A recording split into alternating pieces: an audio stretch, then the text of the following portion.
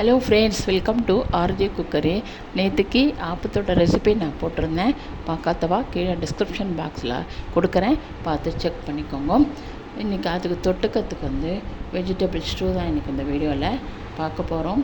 அதுக்கு ஒரு கடாயில் ஒரு ஸ்பூன் தேங்காய் எண்ணெய் விட்டுட்டு ஒரு ஏலக்காய், 2 கிராம்பு, ஒரு பட்டை அது போட்டுருந்தோன்னா வறுத்துட்டு ஒரு வெங்காயம் நீல வாக்கில் கட் பண்ணி வச்சுருக்கேன். அது இதில் போட்டு நல்லா மீடியம் ஃப்ளேமில் வச்சுருந்தோன்னா அது வெங்காயத்தை நல்லா வதக்கிட்டு காரத்துக்கு 2 பச்சை மிளகாய் நீல வாக்கில் போட்டிருக்கேன். கொஞ்சம் கருவேப்பிலையும் போட்டு வதக்கிட்டு ஒரு சின்ன துண்டு இஞ்சியும் போட்டுருவோம்.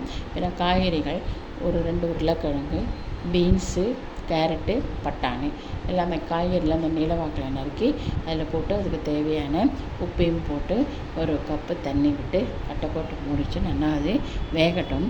நம்ம அது வேகிறதுக்குள்ளே ஒரு தேங்காயை உடைச்சி நம்ம தேங்காய் பால் எடுத்து வச்சுப்போம். நான் இன்றைக்கி ஃபஸ்ட்டு நம்ம எடுக்கிற பால் திக்கு பால், அதாவது ஃபஸ்ட் பால் சொல்லுவோம். அப்புறமா தண்ணி விட்டு விடுற பால் செகண்டு பால், தின் பால்னு சொல்லுவோம், தேங்காய் பால். இப்போ காய்கறி நல்லா வெந்தப்புறமா நமக்கு செகண்டு தேங்காய் பால் எடுத்து வச்சுருக்கோம் இல்லையா, அதை அதில் போட்டுட்டு நல்லா அது 2 கொதி வந்தப்புறமா கடைசியில் ஃபஸ்ட்டு திப்பால் விட்டுருக்கோம், தேங்காய் பால் அதையும் அதில் விட்டப்புறமா நம்ம கொதிக்கப்படாது.